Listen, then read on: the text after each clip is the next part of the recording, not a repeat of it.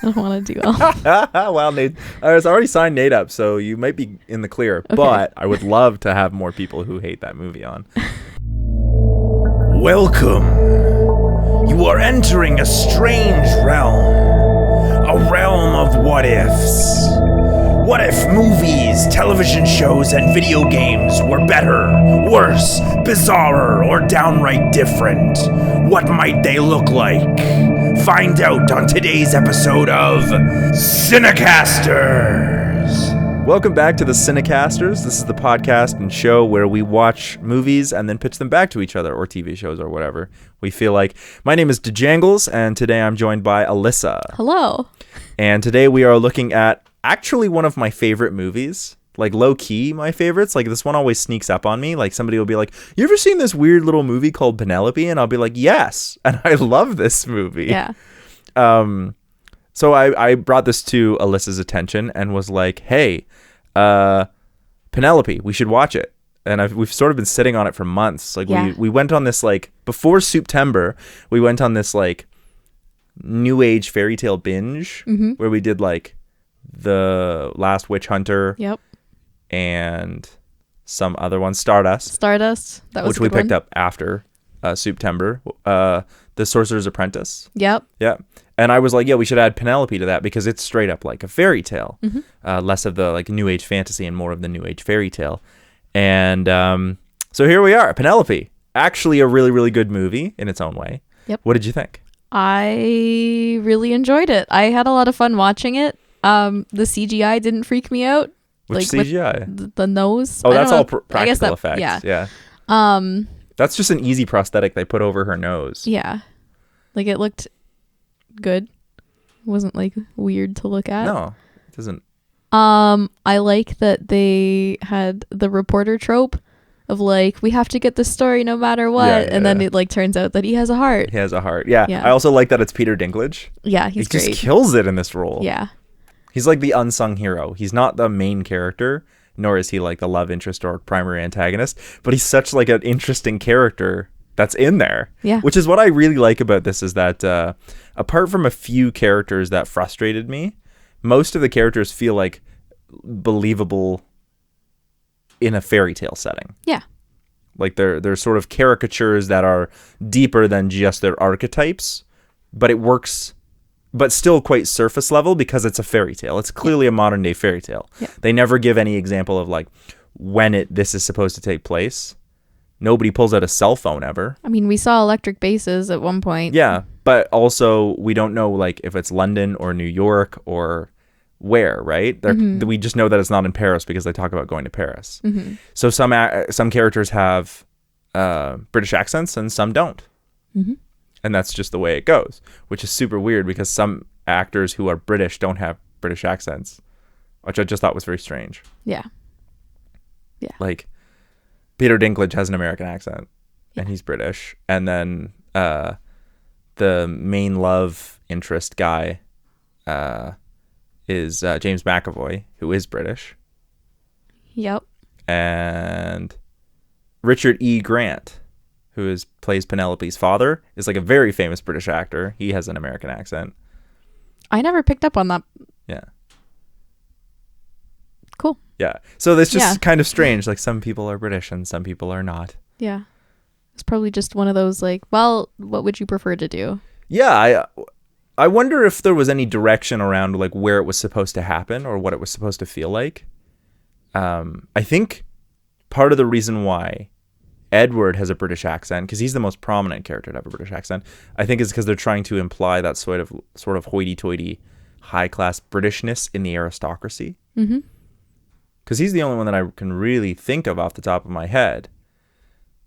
Because, you know, James McAvoy doesn't. So I wonder if they're like trying to imply that hoity-toityness. But then why doesn't Penelope or her family have British accents? That's a good question. But yeah, what were your likes and dislikes about Penelope? Okay. I found it really predictable. Yeah. But I enjoyed that. Yeah. Because it's like the payoff. You're anticipating something and it actually happens. You're like, this was actually really good. Like, I'm glad I anticipated it. Did you think that like the sort of quote unquote twist was predictable though? Yeah. Really? Yeah. Okay, I didn't see saw that it one coming the from first a time. mile away. I didn't see that one coming the first time I saw it. And then when she like accepts herself, the curse is broken, and I was like, oh shit, I didn't see that one coming. I thought they were gonna have to like jump through some hoops in order to get there. But I liked it. I was like, fuck yeah, way to go. And I think that quote unquote twist said a lot about her family as well.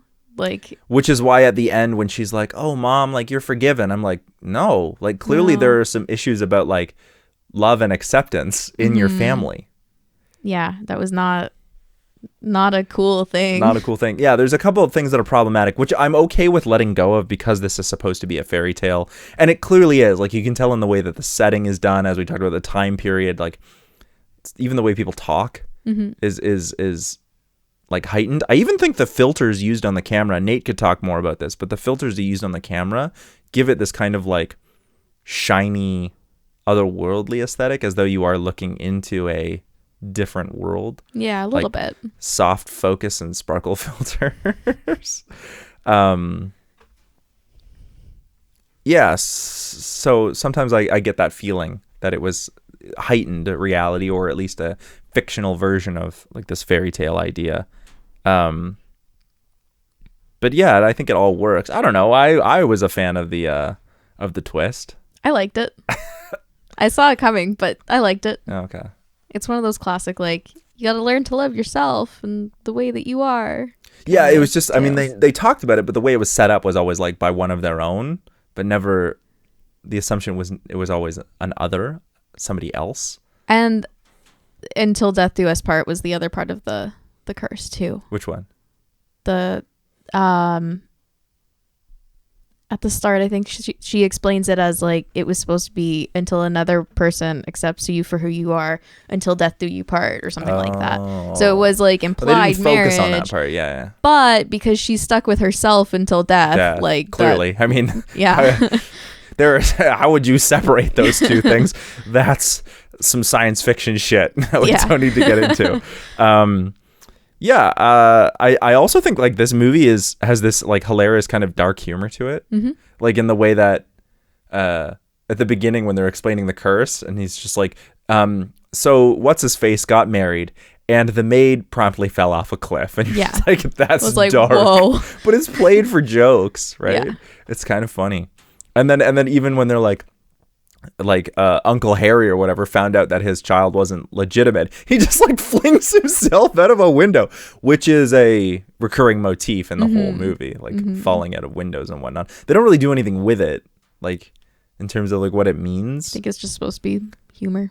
But I think it would have been interesting if we think of it, I think it is humor, but you know, the mirror that Penelope constantly sees people through, what if at one point in time she had jumped through that as a window? I actually did expect her to do that at one point. Yeah. When she was having like her thoughts about leaving the house and she was sitting there on the swing looking at the mirror while she was swinging, I was like, she's going to do it. Yeah. And then she didn't. And I was like, okay, that. Because I think like if you set up, like, you know, the rule of 3, right? You set it up. So we watch people jump through windows a bunch in this movie, right?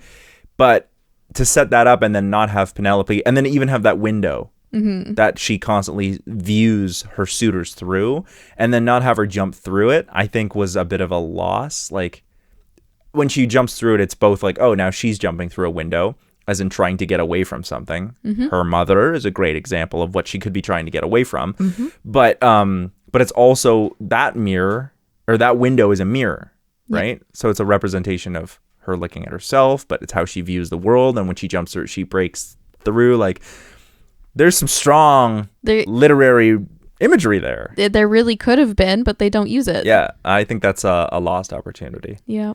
My biggest complaint with this movie is some problems are sort of just glossed over, like Max/Johnny, when we find out he's not actually royal, just sort of is like, I'm not going to gamble anymore. Puts his hands on his hips, and that's not how that works. No, it's not. Now, I get that this is fairy tale land, but it's sort of like, it would have been nice to see, because so much time goes by in this movie, like they talk about months, and it's hard to tell how long something has gone on for in this movie. Timing is very strange. Fairy tale time. Yep. But they easily could have been like, let's show Johnny getting help wouldn't have been that hard to do. Yep. Well, I mean, he does talk about just leaving the city and trying to get away from the gambling house, which is, I guess, one thing that he did try. But I don't know if they actually say that he just quit one day. I don't know. But I think the implication is like that he doesn't want to be tempted anymore. But yeah, I also think it's interesting that like we don't know how much time Penelope and Max spent together, like when they were sort of courting before he had seen her. Yeah. But like they don't know that much about each other. No, they don't. So that's the implication, which I also thought was strange. Like basis for a relationship, but I don't know, they clearly were attracted to each other, I guess. So I mean, they were learning about each other, which was nice. And so I guess at the end we sort of get that. Yeah. They're committed to learning about each other, I guess. Yeah. And plus they bring back the piano, like the piano sort of thing. Yeah. Yeah. I didn't quite fully understand, like, he was able to just randomly pick out her favorite book, but I don't think he was trying, whereas she was struggling to figure out which instrument he played. Like, I guess it served like, oh, we're trying to get them to talk about the things that they like to learn about each other, but it didn't really serve a purpose in my mind. I took that as that he was actually like much more clever than he was letting on. Yeah. Like he was playing, he wouldn't tell her what instrument it was, and then when he started playing piano, it was a way to try and get her out, which worked. That's the way that I read it. I think that's a stretch, but the way that I read it was, he's trying to get Penelope to come out, and so he's like, you have to guess my instrument and all this kind of stuff. He sort of plays himself off as this mysterious gambler type, which is, like I said, the terrible archetype, but it works because this is a fairy tale. So down on his luck musician, which without the gambling they already could have played off like that. They really could have. I don't even think the gambling is necessary, but whatever, it's a subplot that gives him something to work towards, however poorly that's fleshed out.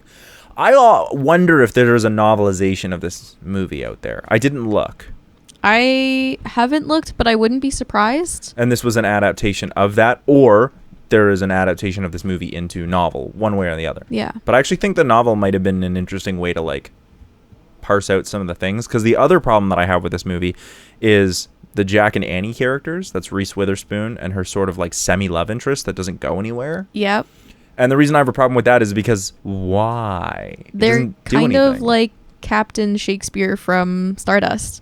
They're there. They kind of give our character that place to rest for a little bit, and then they just come back at the end when they live happily ever after. Yeah, because honestly, you could do this entire movie almost as a bottle episode. Where the camera is only focused on the Wilhern household, and when somebody's not in the house, we don't see them. Yeah. The only part that wouldn't work for is when Penelope's out in the real world. But then we would see more of her parents. Her parents, right? Like, and then her coming back, we would see the fallout. You could film it that way, and I still think it would work. It would be slightly different, but I still think it would work. I think that would have worked a lot better, actually. I'm not so certain, because I think having Penelope out in the world, discovering the world for herself and showing that is important for the movie, because I think that's part of why she goes, I'm happy with who I am, because she finally gets a chance to live out in the world. Right. But that's just like my reading of it. I don't know. That's the way I would have done it. You maybe could have done it as a bottle episode with the camera only in the Wilhern household if we show the fallout of that, but I don't know how impactful that would be. Or as like you're only viewing it from the camera that what's his name's got in his jacket. That's interesting. Like almost like a first person thing through, and that's really interesting because for two reasons. Is that your pitch? No. Oh, okay. No, but now I'm like, damn, that was a good idea. Okay, the reason that's such a good idea is you don't even have to change the story, but it changes a lot of the visual dynamics about what's going on in terms of if you're seeing it from Max's point of view through the camera, Max/Johnny, then you only see Penelope when Max sees Penelope, but you never would see Max. Because he'd be wearing the jacket. Yeah. The only problem is then a lot of the story wouldn't be told because he doesn't wear a jacket for the majority of the story. And Penelope stops being the main character. It becomes Max. True. Which is not I mean, we've done that before with pitches, right? Where we've said, like, this is a far more interesting movie from somebody else's point of view. I do wish that we got more about him. Other than the gambling and the down on the luck musician. I want to know about his family. Where are they? Yeah, who are they? Who are you? Who the fuck are you? Yeah. I want to know more about almost every character, really. Mm-hmm. Even Lemon, who is probably my favorite character. He's like that scene when he finds out who Max Campion really is, and that Johnny is not Max, and he's in the prison, and he's got his hand up to the window, and he's like, "Put your hand up." Put it up, and then Max goes to put his hand up and he gives him the middle finger. Oh, so good, so funny. And I think Peter Dinklage is like an unsung hero in this. Like I said, he plays Lemon with a degree of drive and like that reporter gumption that's borderline fantastical but still serious enough in a fairy tale setting to be taken seriously. Yeah, and it works really well. And having his motivation more being like almost like getting back at the family for his lost eye. Yeah. And then like once he figures it out, he's like, well, is it really worth it? Is it really worth it? Right. And he's the last thing we see at the ending with him trying to get a photo of Penelope and Johnny together. That ending always weirds me out. I wish that he had actually taken a picture, because I think that would have been nice to just be like, here you go, a picture of you two, just... Oh, so sort of like taking a picture and then you're like, oh, he's trying to figure it out, but then he goes like, no, here's a picture of you. Yeah, that's interesting. I like the ending that we get with him like trying to spy on them. The problem that I have with that ending is I thought Penelope wanted to be a horticulturalist. Why is she a teacher? Yeah. That was strange to me. It didn't really make sense. Like, it didn't. Yeah, I was like, she's in a fairy tale setting. You get to follow your dreams. Yeah. And we never saw any instance of those dreams changing. She just decides to be a teacher. Now, I will say, when they're on the hill and she's asking, like, what do you think the point of the story is? And one of the kids yells out, rich people suck. I was like, that is the point of every story, down with capitalism. Rich people suck is the best moral. I actually wrote that. So, yeah, I find that very, very strange that she's now a teacher instead of a horticulturalist. Yeah. Don't know how they got there. I don't know why they got there. I mean, the how is... You could say like, oh, maybe... I don't know, but she's from a rich family. She could pretty much do whatever she wants. Were they trying to like blend time periods a little bit, where like women weren't allowed to do like specific types of jobs? They could be teachers, but they couldn't do like sciences or something like that. I don't know. Think so, because when we see Annie is this sort of like rebellious woman who rides around on her Vespa, I think the idea is there's some anti-establishment there, but I never get there's never any implication that women can't do I know things. It was weird. But then also when we go into the reporter's office, it feels like 1950s-esque. You know what I mean? Like it's detective, like hard-boiled reporters. They're blending all the time periods and just handing us this, like, what time is it? Well, I'm okay with an ambiguous time period. It's fine. I just don't understand, like, there has to be some justification for why wouldn't Penelope follow her dreams. Yeah. Is it teaching something that it turns out she actually really likes doing but had never hung out with other people? Like, there's no setup for that. Yeah. Because she always wanted to be a horticulturalist. At one point in time, she actually points to the flowers on the side of the street and is like, oh, I can't remember the Latin name she uses, or whether it's really Latin or not. But it's besides the point, because it shows like, we do have an interest here. Mm-hmm. And that's what she talks to Max/Johnny about. She wants to be a horticulturalist. I don't know. That was very strange to me. Like, why are you a teacher and not a horticulturalist? Is it simply so we can have the scenes at the beginning or the scenes at the end where she like has to deal with Penelope being a costume now, and that she also can have the scene at the end where they ask what the moral of the story is? Maybe. Like, they were trying to do like the classic storybook kind of style where you've got that narrator starting out and here's how the story begins and here's the end and what did you think of the story? But it didn't I don't know. Yeah. It didn't bookend very well because it wasn't set up as her teaching a class. It was set up as a voiceover. Yeah. And then it ended with her teaching a class. And not a voiceover. Yeah. Although she sort of voiceovers a little at the end, but I don't know. It wasn't very well done that way. Yeah. But I do love this movie. I really, really like this movie. You know the gambling joint that Johnny comes out of? That's literally how I think of every gambling joint, like the outside and inside. Whenever I play D&D or anything like that, I'm like, that's what it looks like. Yep. Yep. Yeah. Also, there are a lot of famous actors in this movie, like a lot. So we talked about James McAvoy. I can't remember who plays Penelope, what her name is, but she's very famous now as well. Catherine O'Hara plays her mother. Richard E. Grant. Nick Frost plays the real Max Campion, who's very famous for doing stuff with Edgar Wright. Yep. And Simon Pegg. Russell Brand is in this at one point for some reason. And then, of course, we already talked about Reese Witherspoon, who actually produced the movie. I think that's why she's like acting in it. So yeah. I just thought it was very strange. Oh, yeah. I think that's everyone who's like super famous. Yeah. Edward played in Pride and Prejudice. The actor who plays Edward. I didn't know that because I haven't seen it. Ugh. Plebeian. No, it's fine. I'm just a sucker for that movie, even though that movie is problematic in its own right. Anything else you want to go into or talk about? No, I had a lot of fun watching it. It was just enjoyable to just sit back and, I guess, just enjoy it. I think it's interesting to see how at the beginning Edward is sort of the primary antagonist, but he's taken as a fool. Like the curse is kind of always looming overhead, but Edward is like this foolish antagonist. But at the latter half, it's sort of revealed that Penelope's mom has always been the primary antagonist, which is why I find the forgiveness of her so problematic. I think it would have been more interesting to talk about how her father had always loved her but couldn't break the curse because it was his family. Oh, okay. And that her mother had never truly accepted her. Right. Because she had always been trying to figure out how to break the curse. How can I fix you? How can I fix you? How can I fix you?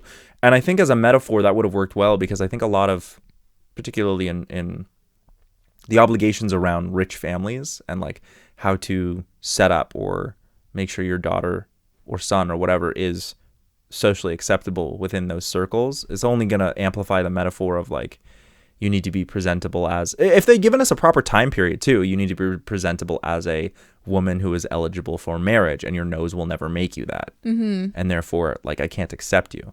And I think women have often been seen as burdens on the family. If you don't get married, then you're a burden.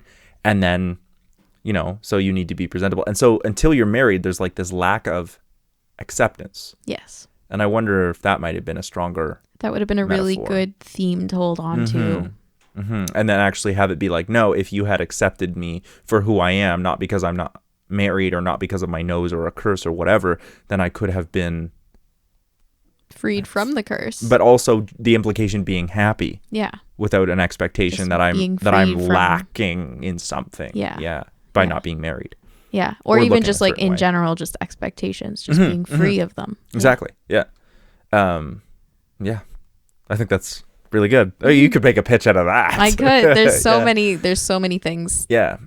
Just talking about right now where I'm just like, oh man, I could have had better ideas. I know. I had the same problem. But that's part of the reason why we talk about it, is just sort of in the discourse of going through a movie, you sort of tear apart why it worked and why it didn't. Yeah. And we tend to focus on the show on like the negatives, but the ones that we do, the pitches that are the best, I think, are on the movies that have the most working for them. And just there are a couple things that need to be tweaked, because I think this movie has a lot working for it. And the reason that we can pull out these kinds of themes or ideas is because they're already there. We're just going, well, what about this direction, or what about this direction? And this movie, I think, by presenting itself as a fairy tale, has a lot of things that are really working for it. There's a reason that I liked this movie, and I think you like this movie. Yeah, I really enjoyed it.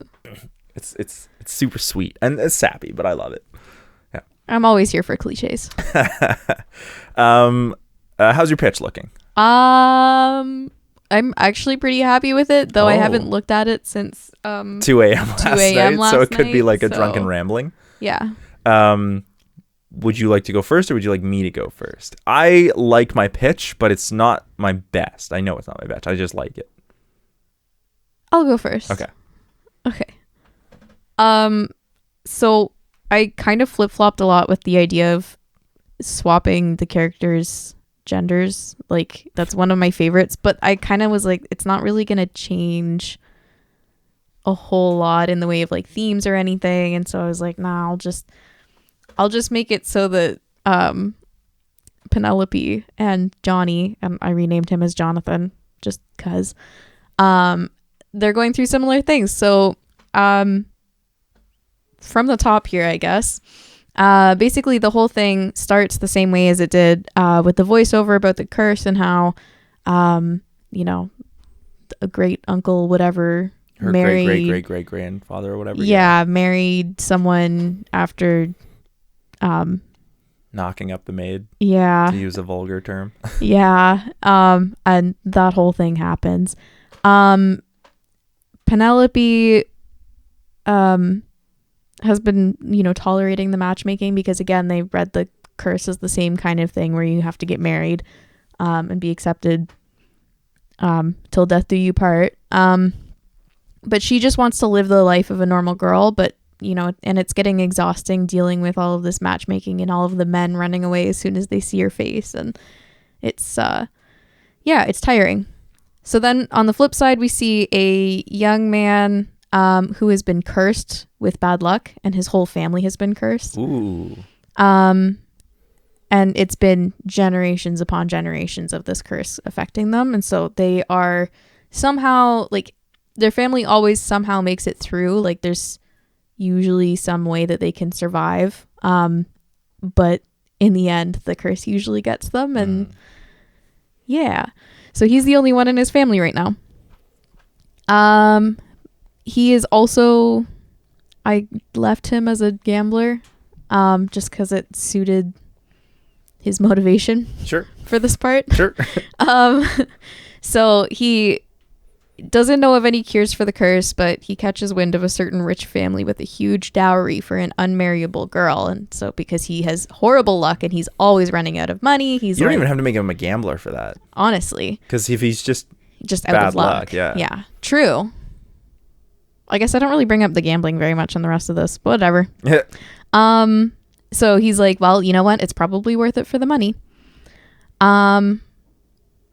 So he finds his way into the matchmaking using a fake name, and they do like a huge group matchmaking attempt like they did in the movie. Yeah, which was amazing. But when he walks in, he trips on one of the couches and knocks himself out, and that's why he's the last one in the room. Yeah. The one-way glass thing was cool, but I think that I would prefer a curtain for this because I wasn't thinking about that awesome theme of jumping through windows. Well, you can change it right now. No, it's fine. I have no use for it otherwise. So when he comes in, he finds himself alone in the sitting room, and he's just trying to like figure out where he is again when Penelope notices him through the curtain saying like, oh, someone's still here, did you see? And then Jonathan is trying to figure out if this woman that he's talking to is the unmarriageable girl, and it turns out that yes. And then they both kind of hit it off, even though he hasn't actually seen her. And then he's still kind of got that in his mind that like, okay, well, even if she's like super ugly, you know, at least she seems like a nice person. And this money. So sorry, I just had a wicked idea. Okay. And I'm gonna wait until the end because you're gonna hate yourself when I say it. Okay. I'm not looking forward to it. So we get a little montage of them just being cute while they're courting. So, and then we also learn more about them and their families. So Penelope's dad is kind of distant, but he cares for his wife and his daughter. Penelope's mom is the opposite. She's very overbearing, but it's clearly like kind of out of love. And Penelope's dad is not really on good speaking terms with her or with his parents because there's always like arguing about giving Penelope a larger dowry to bring more men, and maybe that'll like, maybe one of them will be able to accept her because of the money, and like, so basically the same thing that is already happening with Jonathan. And there's a lot of emphasis on breaking the family's curse. It's the family's curse. It's not Penelope's curse. Yeah, okay. It's the family's curse. And they always say like, oh, we're doing this for you. We're breaking the family's curse for you, right? So Jonathan, on the other hand, is alone. His apartment is empty. The few photos that he has of his family are ruined. Like there's water damage and some of them are torn. Some of them are burnt. Like we see him after, because I liked the piano date. I thought it was cute. After that little meeting where they're playing piano, he goes home and there's a piano that he has there and he opens it up, plays a couple notes, and then the thing slams on his hands. That's really, and then in the next date they're talking about that, and that's like one of my biggest fears when you around piano, like pianos like that. I'm like gonna hold this while I play with one hand. Yeah. So he's got the bandages on his hand because obviously that hurts. And they're playing chess and he's losing. And he just kind of goes like, oh, this is just my luck, when he loses one of his characters. And she's like, well, no, it's not bad luck. It's just that you suck need at chess. to, you need to just get better at chess. Like it's just a practice thing.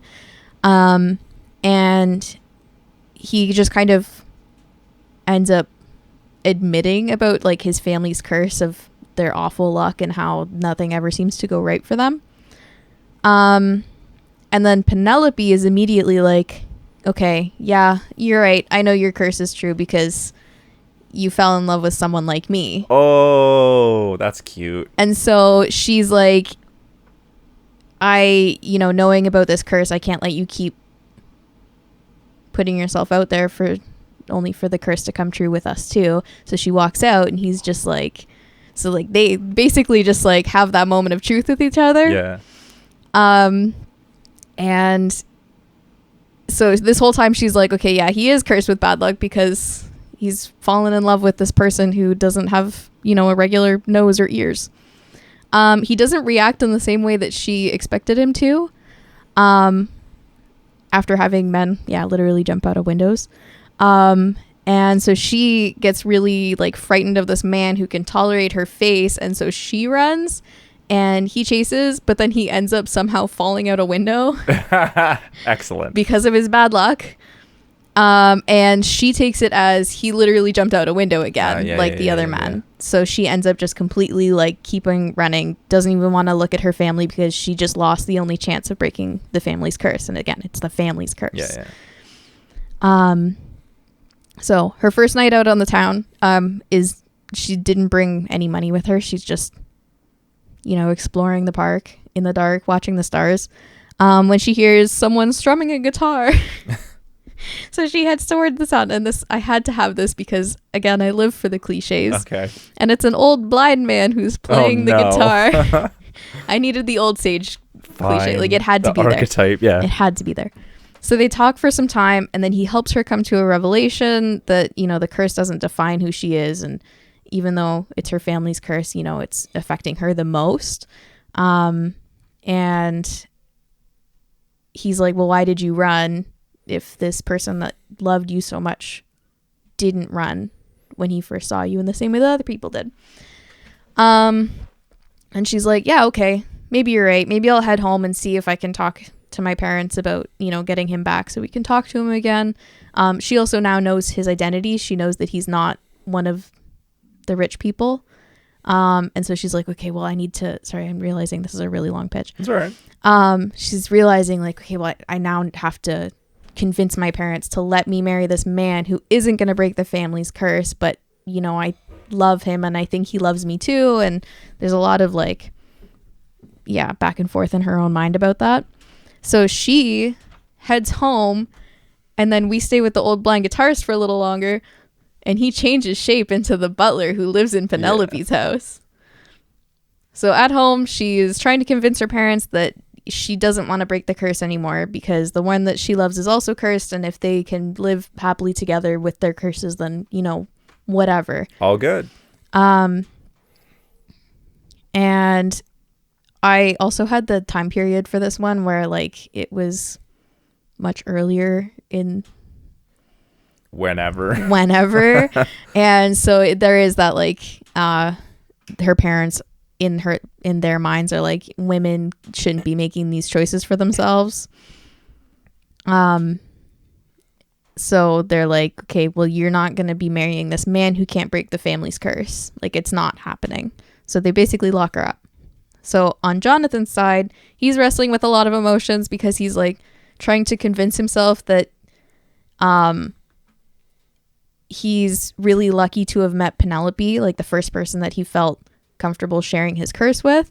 But he's also really unlucky because she's also cursed and it's not like a nice curse. Not that there are nice curses. And so he's having a lot of that back and forth again. Yeah, so we go back to Penelope. She's not allowed to leave the house, but she sees the butler, and she begs for him to give a message to Jonathan. So then the butler is like, sure, I'll do that. Whatever. And we also know now that the butler is magic. But we don't know what the deal with the butler is still, so. But he's magic. He's magic. So Jonathan goes to, or he gets Penelope's message, vows to go visit her that night and try to talk to her parents about at least saying goodbye to Penelope, and to apologize about lying, for lying about his background. But he's still like firm in his decision that it would be best for him to stay away because they're from different worlds. He can't break her curse. She can't break his curse. Like, there's no real. Did you go over, how to break his curse? No. Oh, okay. They don't know. Okay. Just wondering. Yeah. So I didn't know how to write that scene because I think that it would be very heartbreaking. But basically after he breaks up with her, Penelope locks herself in her room. And Jonathan hits the gambling house, kind of the same-ish way. So the butler is the only one who's actually able to get to Penelope at this point because he's not berating her for the choices that she wants to make, or doing like the I told you so, like he's not one of us, he can't whatever, right? And the butler basically just says something along the lines of like, sometimes you have to look within yourself for help or for, I don't know, the answers, the classic cliche. So then it's been a couple of days. Penelope isn't eating. And her mother is getting very angry about it.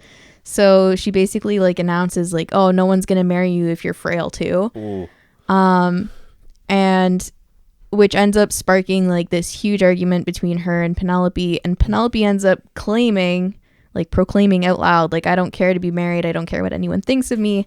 I am me and I like who I am and I need to figure out who I am more. And if I'm forever alone, whatever, right? That's my choice. Yeah. And then poof, her nose changes again.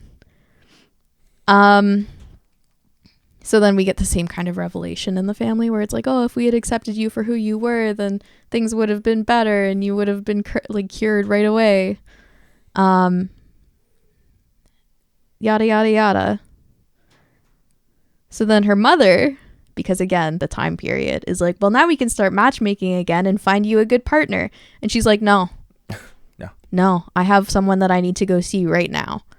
And so obviously her mother's response is to lock her up again. Evil regular mother, not even step. Yeah. So the butler overhears this, and because we already know kind of who he is and how he is at this point, where he's like, he likes Penelope, obviously. The butler actually breaks her out, and he basically tells her, like, you know, it was my great grandmother who cursed your family, and our family is supposed to like watch over yours to see if a girl is ever born, to like make sure that it progresses in a certain way. And, you know, I believe that you could be that person to break the curse. And so I guess she did break the curse. So he's like, well, now your curse is broken and I want to help you, because it's not fair that even though the curse has been broken, your family hasn't learned. They're still outing this person because of their social status. Yeah. So he's like, you go see Jonathan, go find him, And he's like, I'll see what I can do about your parents. And then she's like, yeah, but he's cursed too. Like, what, is there anything that I can do? Is it just bad luck that he's going to be like, that we just can't be together? Is that another part of his curse? And he's just like, well, you let me handle the curse. I lost my page. That's okay. I lost my page. I lost my spot. So yeah, she's wandering through the streets when she sees Jonathan being kicked out of the gambling house because he's drunk and out of money. Cliche again. Yeah. So he's pretty sure that he's hallucinating her and her human nose. And it was like the worst decision of his life to go back and see her because he never wanted to see like the heartbreak on her face and blah blah blah blah blah. And he's just basically like spilling his proverbial guts for her. While spilling his actual guts. Yeah. He's puking. And then once he actually realizes that she's real, he's like, you got married, your nose, like, right? Yeah, yeah. And she's just like, no, I figured it out. Like, I just had to love myself and accept myself for who I was because I am one of my own kind. And I'm, stuck with myself until I die. And so he's just like, we have to go talk to your parents. Like, if I don't have to stress about breaking your curse anymore, then I want to try my best and I want to get married to you. And, classic love story stuff. The love story stuff, yeah. So this is actually the first time that she gets to see like a good glimpse of how he's been living. Like, it's a very modest thing or place. And there's like random things that break in his apartment when he uses them. Like at one point he's trying to get cold water and it burns him. Like, just stupid things. And she ends up playing a little bit of piano while he sobers up on the couch. And then her parents show up at the door with the police because they found out where she went. And then my ending really sucks. Just a spoiler alert here. Basically she argues like on his behalf, like, I don't care that he's cursed. I've been cursed already once, like I can handle it again, blah blah blah blah blah. And then they accept, they're like, okay, fine. Like, she basically lays out what the butler said, like, you're just repeating, like, this is just gonna happen again and again, and if you guys don't learn your lesson. And then, because again, cliche, we get a cute little wedding ceremony. Jonathan is packing up in his apartment to move into a house with Penelope, and he gets a piece of mail. It turns out that he's like the great grandchild of an illegitimate heir to a big family, and they want to meet him. So in the end, his luck has turned, and he is good. The two things that I came up with was like, we talked about the breaking the mirror, or breaking the glass by jumping through it. But I was also thinking, like, if you could somehow play that into Johnny breaking the mirror half because he's unlucky. So like, that would have been so good, but I had a curtain and I didn't think of that. The other thing that I thought of was because what if they didn't break the curse on Johnny, and when Penelope goes to find him after her curse is broken, there's constantly like this comedy of errors where they keep missing each other. That would have been really funny. I was more thinking like he's unlucky because she's seeing him in such a disastrous state. Is like, that's thinking. No, I was thinking really, like literally of his own. Her curse is broken and she wants to be with him, but he's so unlucky that he keeps missing her, and they don't wind up together. Oh, that would have been really sad. I know, but it would have been. I mean, if they could somehow break the curse, but... No, I wanted a happy ending. Yeah, okay. And I wanted it to be really cheesy, and I really wanted her parents to be like, oh, this is all our fault. This is all our fault, yeah. I really like the... like it's just a different take on the same story. Like, it's still cute and cheesy, but, like, I like that you did more with Max. Like, he's also cursed. I think that's really, really interesting. Especially because, like, luck is such a funny thing you can play with. You could basically make it do whatever you want, which is so fun. Which is why, like, when he, like, smashes his face on the couch or whatever at the beginning. So fun. I was like, I needed a reason for him to be there. And I wasn't going to be that he was, like, drunk or anything. Like, no. Yeah. He knocks himself out. Yeah. He accidentally falls out a window. Like, just stupid things. Stuff. I took a leaf out of your book. Okay. And I made this a musical. Oh, God. And I think it actually really works in a really weird way. I wasn't expecting this. Okay. But because it's a fairy tale, I was like, I think this should be like a staged musical. You could film it, but a staged musical. So basically we open up and it's Penelope singing, telling the story of her curse, but it's the whole cast kind of, each like members of the cast and chorus would be like her ancestors, like, and they'd be singing about this great granduncle or whatever who has the Wilhern curse. And so the whole like intro that we get of like the maid and whatnot would be in song. Like it'd just be this huge song. That's the setting, right? Very wicked. Yeah. So then we get that whole thing where it's all told. So we would also, here's where we would also introduce like our two main locations are the Wilhern household where Penelope has her room and whatnot. But the other location is also the Piccadilly Clover, the pub. And the back of the pub is the gambling place. Okay. And what we do here is I want to introduce Annie and Jack as our sort of minor characters. And sort of the back of the Piccadilly Clover, which is the gambling house, where we also are introduced to Max. So we get all the characters kind of laid out to us. So in order to break the curse, Penelope's parents have hired Wanda the matchmaker, and Penelope's mother would sing this sort of theme, this idea that Penelope is not her nose and she is not herself, and that would be in song, and it would be repeated all the time in this musical as like the way to hammer it home musically as well as thematically, which I think would work really well. Edward Vanderman comes in. Penelope sings a song about wanting to belong and find out like who she's supposed to be. This is her I Want song, because you got to have an I Want song. Always. So Edward appears to be like, you know, complimentary, like he's with it. But when he sees her, he freaks out and runs, and Jake would run after her, and all of that kind of thing would still happen. Edward would then sing a song about the pig girl and get laughed at until Lemon shows up, and he's still played by Peter Dinklage, because I feel like Peter Dinklage could sing. I feel like he can sing. I think pretty sure he's been in musicals. I think so. And I feel like he would do a badass job. So he believes him, even though Edward looks like a fool. And they go out to find Max at the pub, where we have a scene between, as they're walking through the pub, we have a scene between Jack and Annie again, so they can have like their whole thing that they're looking for the gambling joint, and they wind up going through the back. We introduce Annie and Jack, and that would be fun. And then they find Max, who they think is Max. Spoilers. This all plays out the same way. It might be fun to have like the suitors, when they all show up, like all the dudes, sing a song about seeing this ugly girl before they see her. I just think that would be like this humorous, like stupid musical number, short little thing.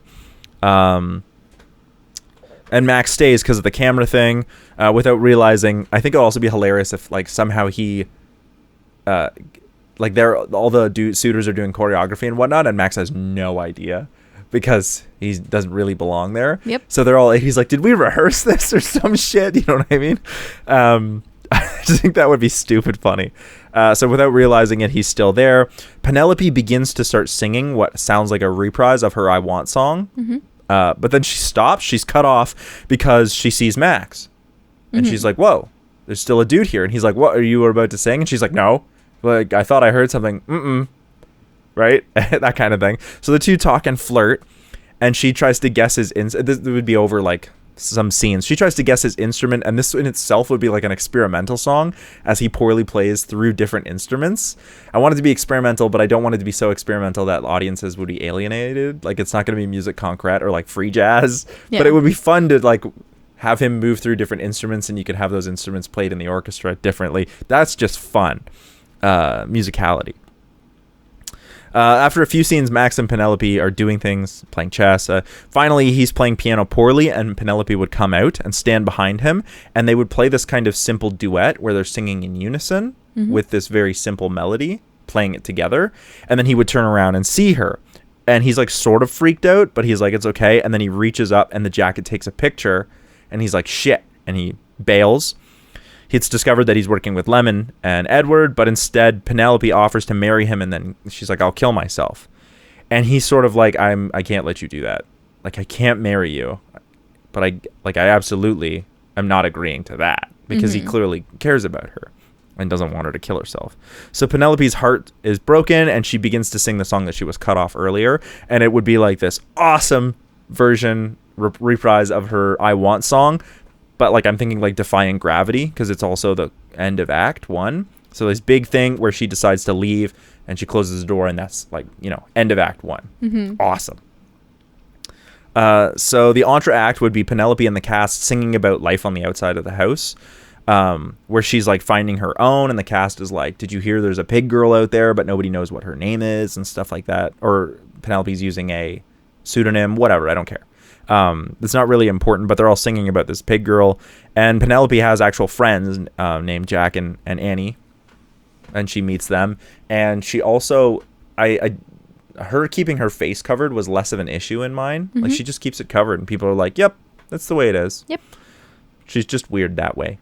But we still like her, right? Yeah. Theming. Yeah. We still like her, but they're not aristocrats, right? So, yes. In my version, yeah, she's living under a fake name. She sees that there's a reward, and she sells the photo willingly and then we can get Lemon, who's like, he's chasing down the lead of a lifetime. That's his song. Chasing down the lead of a lifetime. That's a good song That's name. just a good song name. Yeah. And he's starting to question this drive, because he's like Penelope's a person. Like, I'm chasing a story, but this is Penelope's life. Mm-hmm. And so he's questioning that. He learns the truth about Max Campion, and then he looks for Johnny Martin, who's actually a regular guy, chases him down, only to discover that he's just a gambling dude. But he tells Max off. He's like, clearly you had something. Like, I figured it out. You couldn't marry her because you couldn't break the curse. And you could have just done it for the money and faked the whole thing. But you didn't. And I think you didn't do that because Penelope meant something to you, because she made you a better person. Mm-hmm. She made you want to be a better person. And this turns out to be true.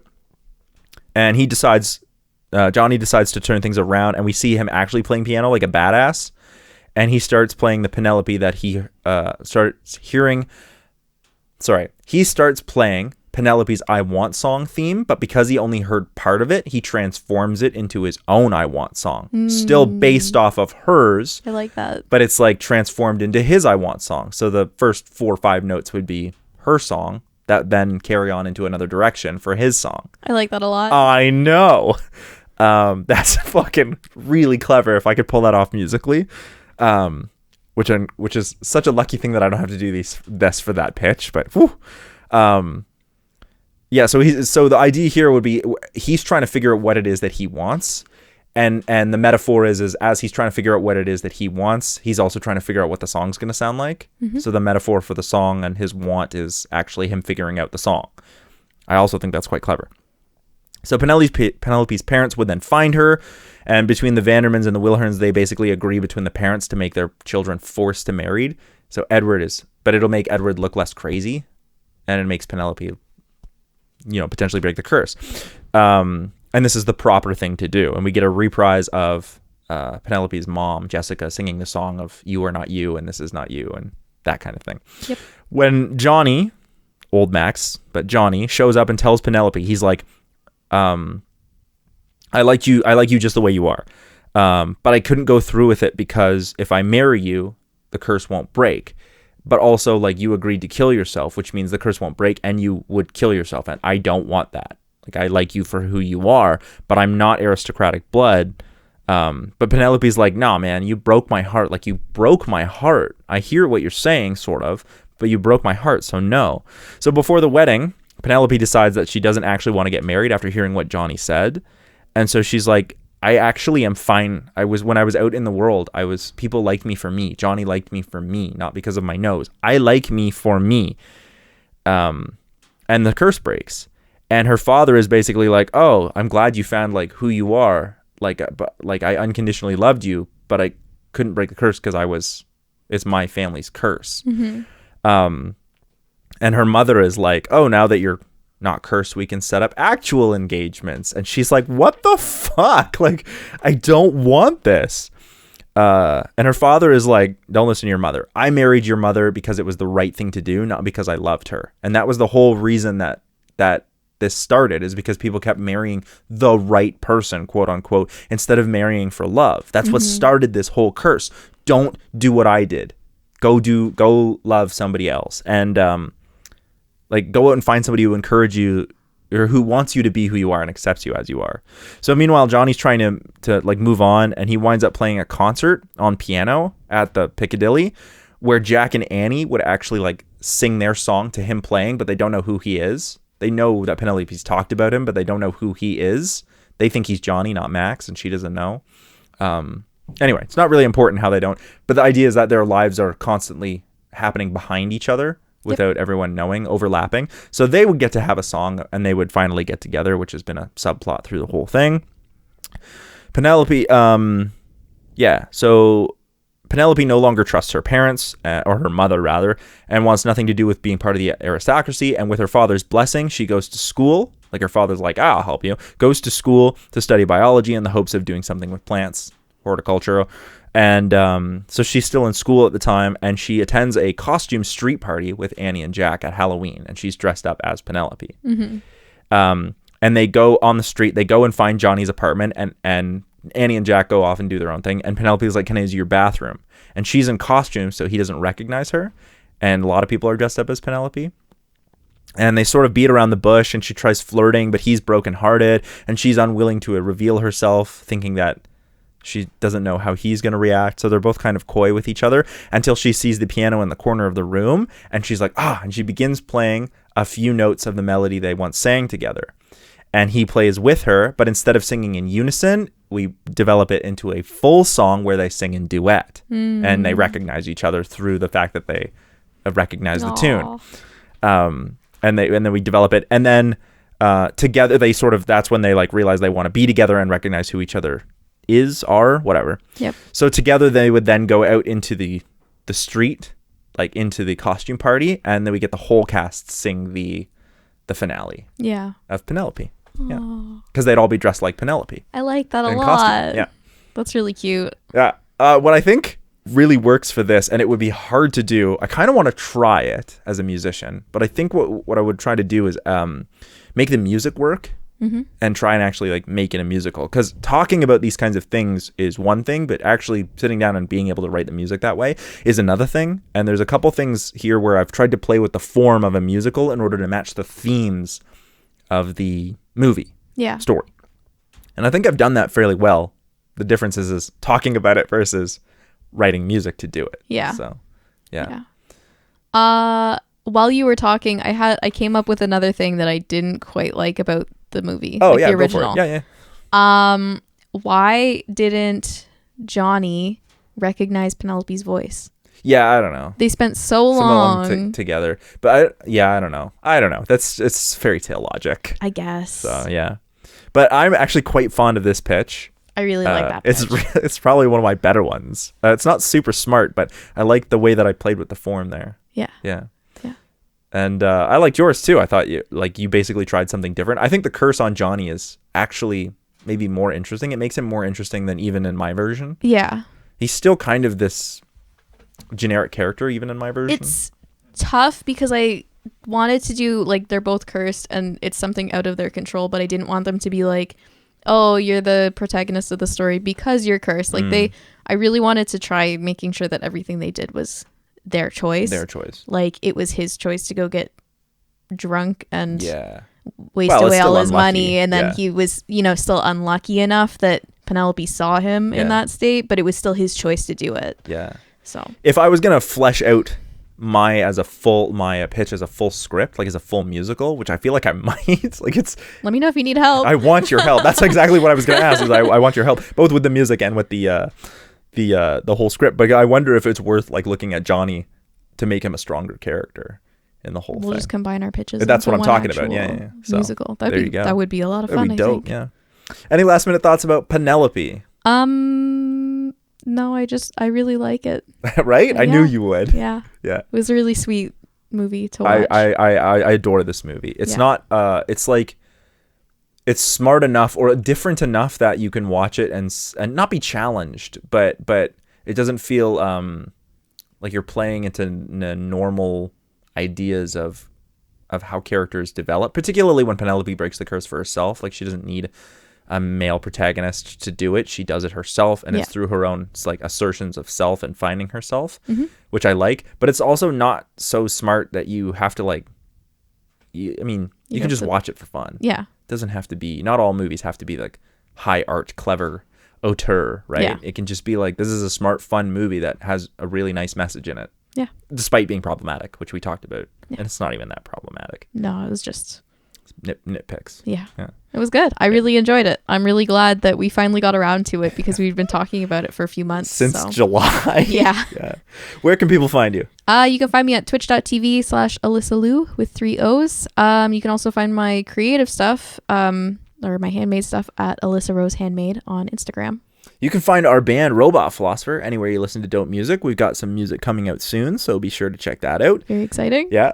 And you can also subscribe and like here on the CineCasters if you enjoyed this, and you can check out our other channel, the CineMasters Ultimate Timeline, for more, scripted content. So there's cool stuff happening there too. Yeah. Yeah. Thanks for hanging out. Bye.